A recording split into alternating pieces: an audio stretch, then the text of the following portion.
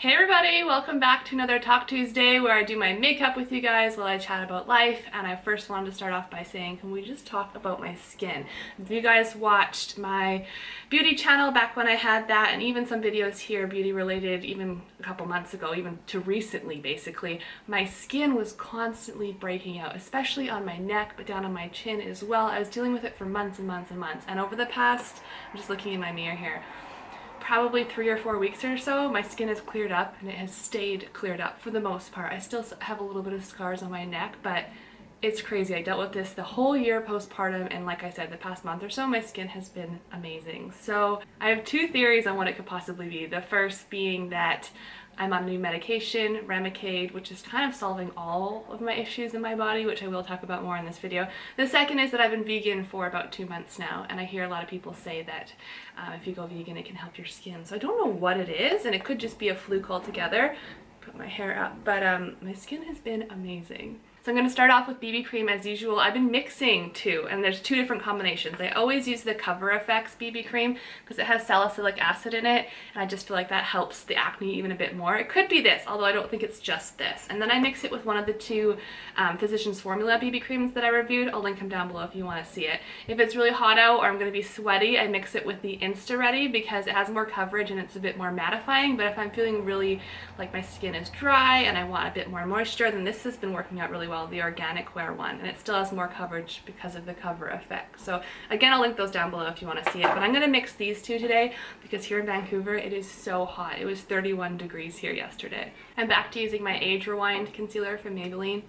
I just love this stuff. It is so good. But yeah, like I was saying about the Remicade kind of healing everything in my life, I mentioned this in the Day in the Life that I uploaded yesterday, which is actually today.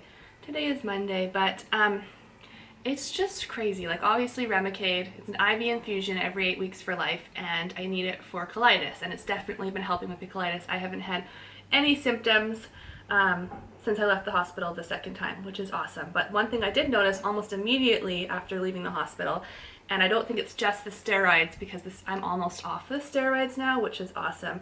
But first of all, I think it's cured my anxiety. Like, not cured completely, but you guys know I've been dealing with a lot of anxiety and panic attacks, and it was just kind of ramping up over the past few months until I went to the hospital for colitis. So since I've been on this medication, it's like I haven't experienced any panic attacks. I've very minimally felt anxiety, if at all, and I've just felt amazing. So I've read a lot of studies and heard a lot of people talk about that your colon health is strongly affected to mental health. So if your body's not absorbing nutrients, which I wasn't, then it can kind of throw off your brain chemistry and you're not getting the nutrients that you should.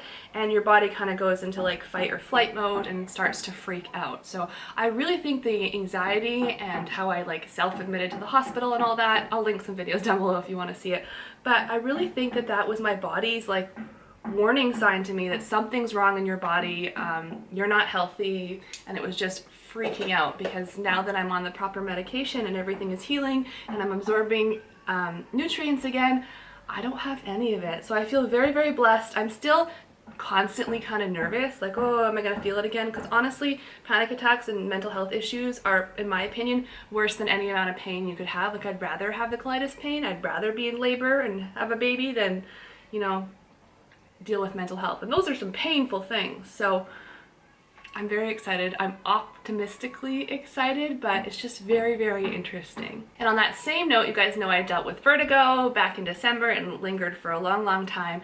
I did some looking into it. I don't have any confirmation on this, but I have a feeling because celiac disease, which I have, is an autoimmune disease, and so is colitis. So I have two autoimmune diseases, which is basically your body attacking itself, and there is a disease called autoimmune inner ear disease that causes vertigo.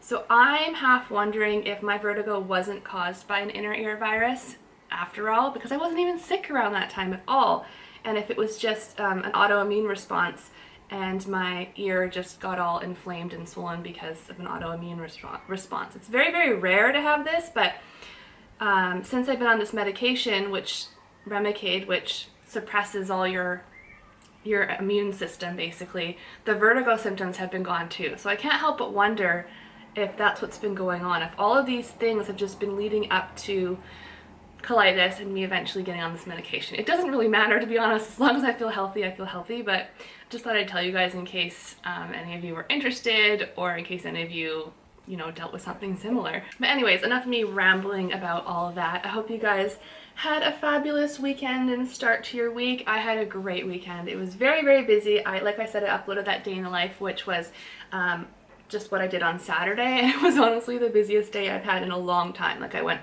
for a hike with my girlfriend in the morning. It was an hour and a half, close to a 2-hour hike, and I did so much better than I thought because I didn't think I'd have much cardio, and it was just so awesome. And we went out for brunch and came home and went to the beach, and then we visited my sister and her baby at my mom's house. And back before I was even in the hospital, like, that would make anybody tired, and I was fine. I mean, I was tired by the time I went to bed, but I was totally fine, and I was just really grateful. So yeah, that's what I did this weekend. I actually picked up a new brush last week. This is the Sigma Chisel and Trim Contour Brush. I've always wanted a contour type brush to try and, you know, contour out your cheekbones. I feel like, I don't know, you guys tell me, I feel like my face has come down a little bit. Maybe that's just wishful thinking, or maybe I've just gotten used to the new shape of my face, but I feel like it's come down. Maybe not so much here, but I can start to see my cheekbones again. So I have a week and a half left on prednisone, and I just can't wait for all the swelling and bloating to go away. But I'm going to take my Makeup Geek contour powder. I'm going to tap my brush in here. I've played around with this 3 times, I believe, and I'm not very good at it. It looks a little bit crazy at first. I haven't figured out quite the best technique. What I've been doing is just kind of fanning it right under my cheekbone here. Yes, I know it looks crazy at first. And then I go in with my regular brush, the Sigma, what is this, F40, and I'll buff it out after. But first gonna start by just kind of laying down some lines. All right, so there's my lines. Do you think I should just leave it like that? Just dusting off my brush, and then I go ahead and buff it out so it doesn't look quite so crazy, but I feel like it just gives me a little bit more definition than just using this, because this can tend to put bronzer like too low or too high. So I don't know, I'm still experimenting with it. Alright, and then for blush, I've been using this one pretty much all week. It came in a boxy charm. I'm about to film that next. That'll be up later this week. But it's also for Makeup Geek. Sorry, I feel like I have a hair in my face. It's called Soulmate. First of all, I really love the packaging. I think they've redone their packaging because it's magnetic closure. And that's what it looks like there, which to me looked more like a fall color, but I don't know. I think because I've been self-tanning, and so I've been using darker BB creams, it just shows up better. It just kind of makes sense that it's darker. I really like the color though. You have to be very light-handed because it is a more pigmented, darker color. I just said go light-handed, and then I didn't. I didn't listen to myself. I got a little carried away. That's okay. I can blend it out. I'm feeling highlight again today. So again, this is the only one I pretty much use. It's the Mary Luminizer from the Balm. I just love it. It's very, very pigmented, as you can see. I just have a big stripe on my face now, but I just blend it out after, and then it's got a lot of glow. Alright, just zoomed you guys in a bit for eyeshadow. I think I'm going to use my Lorac Pro palette because I haven't used it in a very long time. I've been pretty much favoring my Makeup Geek eyeshadows when I do it, but I do love this. And I'm not feeling eyeliner today. I'm not sure why, so I think I just want to do something like really bright on the eyelids. I might put a little bit of something in the crease. Alright, I'm feeling adventurous. I'm going to take Sorbet and Melon, which one is like a peachy color, one's a purpley color, but they're light, and I want something light in the crease. So I don't know what they're going to look like together, but I'm going to go for it. I'm trying to think what else I can talk about from this week. Well, on Friday, this past Friday, I actually had my first shift back at work. It's been almost a year and a half, like 16 months I think, since I last worked. Here in Canada we do get a 1-year maternity leave, but then with all my illnesses I got extended by 12 weeks I think it is. Ooh, that's a lot more frosty than I was looking for.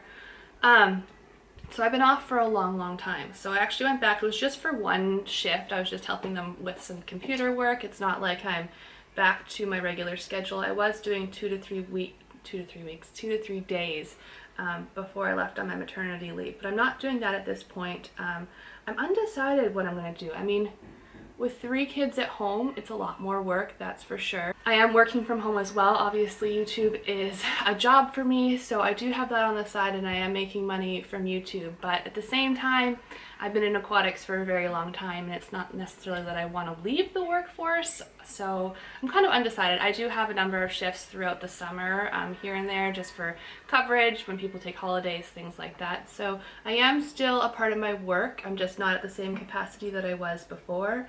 So I think I'm just going to stay this way for a while. Like when they need me, I'll come in, but I'm not going to take on too much until I figure out exactly what I want to do. I'm going to try to put a different color over top because I'm not liking this.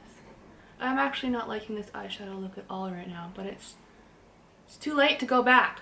But anyways, my shift went well. It was a shorter shift, so it wasn't that bad. It was weird to be back, that's for sure. I felt like I had never left, but it was nice to see all my coworkers. I missed them, and it's just nice to kind of be out of the house, to leave the house and to be away. Not that I don't miss my kids, but to have that kind of adult time, I guess, and talking to adults without caring for kids. So it's definitely nice. All right, well, you win some, you lose some. That's what happens when you experiment with makeup. Like I said, I'm not filling eyeliner today. I don't know why. I think it's because it's so hot out and I just don't want to deal with eyeliner smudging and rubbing. I have a hair appointment later tonight after swim club, so I have a long day ahead of me and just want simple. So I'm going to throw on some mascara. All right, there we go. Lashes always look so much bigger when you don't have eyeliner on. I'm going to throw in this Jennifer's Nude lipstick from the JLo collection from L'Oreal. I haven't worn this in a long time, but it's a really pretty color. All right, so that's it. I hope you guys enjoyed my Talk Tuesday. Here's my makeup for today. I hope you guys are all doing fabulous, and thank you so much for watching. Bye!